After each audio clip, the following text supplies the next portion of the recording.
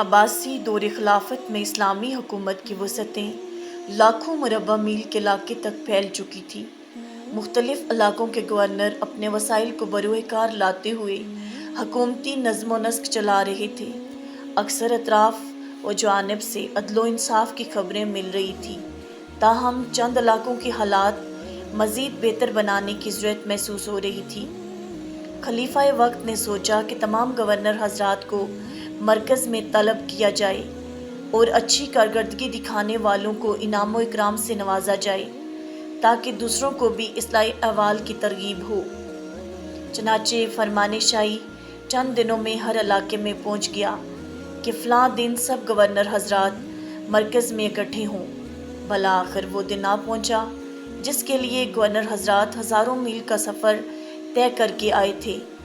خلیفہ وقت نے ایک خصوصی نشست میں سب کو جمع کیا، بعض اچھی کارکردگی دکھانے والوں کی خصوصی لطف و اکرام سے نوازا اور بقیہ حضرات کو نصیحتیں کی۔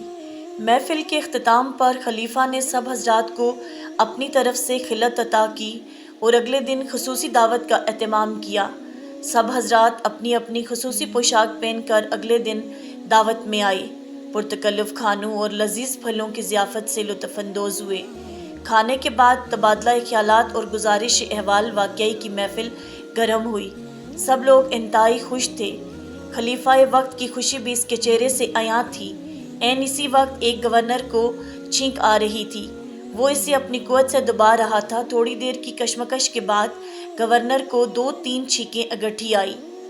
تھوڑی دیر کے لیے محفل کا ماحول تبدیل ہوا، سب لوگوں نے اس کی طرف دیکھا۔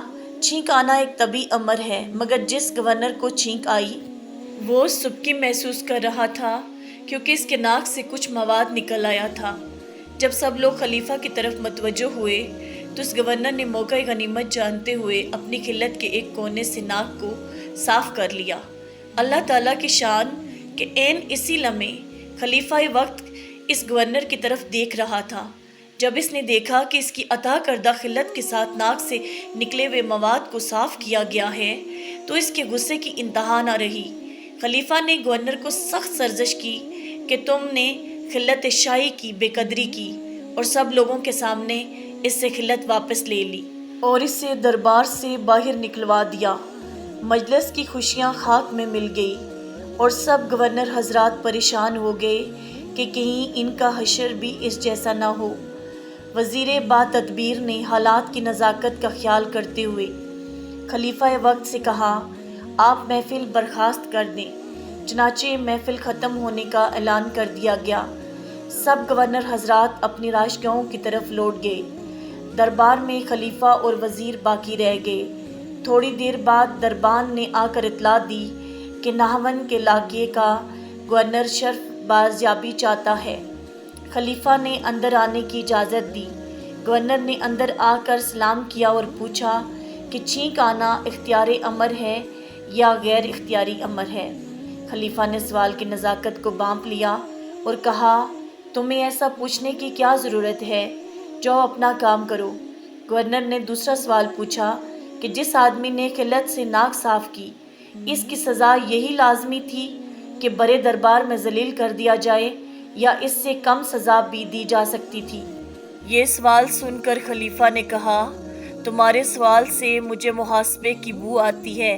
میں تمہیں تنبیہ کرتا ہوں کہ ایسی بات مت کرو ورنہ پچھتاؤ گے۔ گورنر نے کہا، بادشاہ سلامت، مجھے ایک بات سمجھ میں آئی ہے کہ آپ نے ایک شخص کو خلعت پہنائی اور اس نے خلعت کی ناقدری کی تو آپ نے سر دربار اس کو ذلیل اور رسوا کر دیا۔ مجھے خیال آیا کہ رب کریم نے مجھے بھی انسانیت کی خلعت پہنا کر دنیا میں بھیجا ہے۔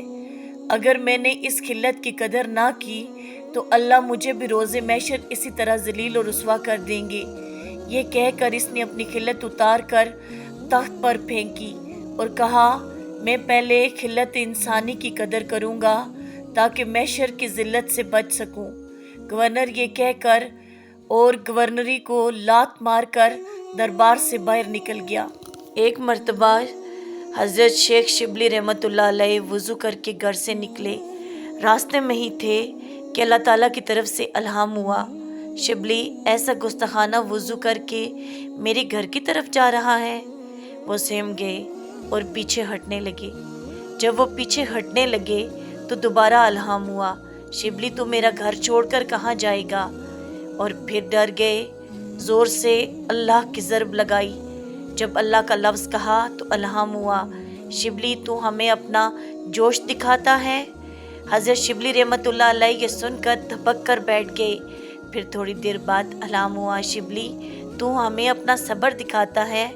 بالآخر کہنے لگے، ہے اللہ میں تیرے ہی سامنے فریاد کرتا ہوں۔ اصل میں اللہ تعالیٰ اپنے پیارے کے ساتھ ذرا محبت کی باتیں کرنا چاہتے تھے۔